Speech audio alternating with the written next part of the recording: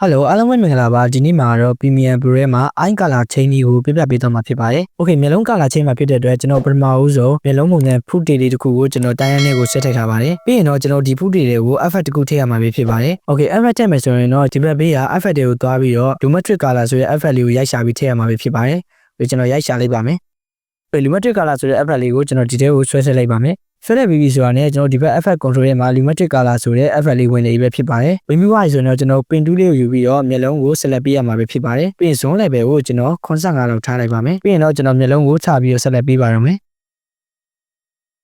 Okay select ပေးသွားပြီဆိုရင်တော့ကျွန်တော် map filter မှာနည်းနည်းလေးတင်လိုက်ပါမယ်။တင်သွားပြီဆိုရင်ကျွန်တော် select ပေးထားတာကိုပြန်လိုက်ကြည့်လိုက်မယ်ဆိုရင်ဒီနေရာကြီးဆိုရင်မျက်လုံးနဲ့ကျွန်တော် select ပေးထားတာနဲ့လွဲနေပါတယ်။အဲ့လိုမျိုးတွေမှာဘယ်လိုလုပ်ရမလဲဆိုတော့ကျွန်တော်က track လုပ်ရမှာဖြစ်ပါတယ်။ကျွန်တော် map ပတ်မှာကျွန်တော်ဒီဘက်ဘေးမှာ track selected map forward ဆိုတာရှိပါတယ်။အဲ့ဒါလေးကိုတစ်ချက်နှိပ်ပေးလိုက်ပါ။ဒီ block လေးပြည့်တာခဏဆောင်ပေးလိုက်ပါနော်။ Okay ပြီးကျွန်တော်လိုက်ကြည့်လိုက်မယ်ဆိုရင်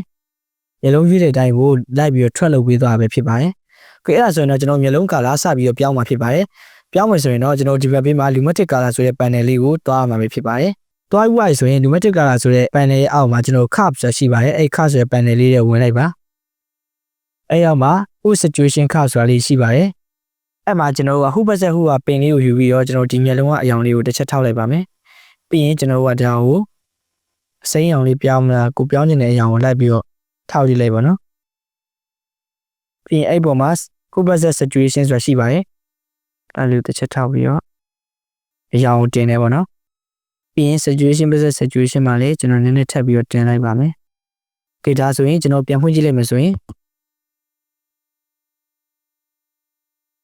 မျက်လုံး color ပြောင်းသွားပြီဖြစ်ပါတယ်။ Okay ပါအဲ့ဆိုရင်တော့ဒီဗီဒီယိုမှာမျက်လုံး color chain လေးကိုတည်သွားပြီလို့ထင်ပါတယ်။အားလုံးကျေးဇူးတင်ပါတယ်နောက်ဗီဒီယိုမှာပြန်တွေ့ကြပါမယ်။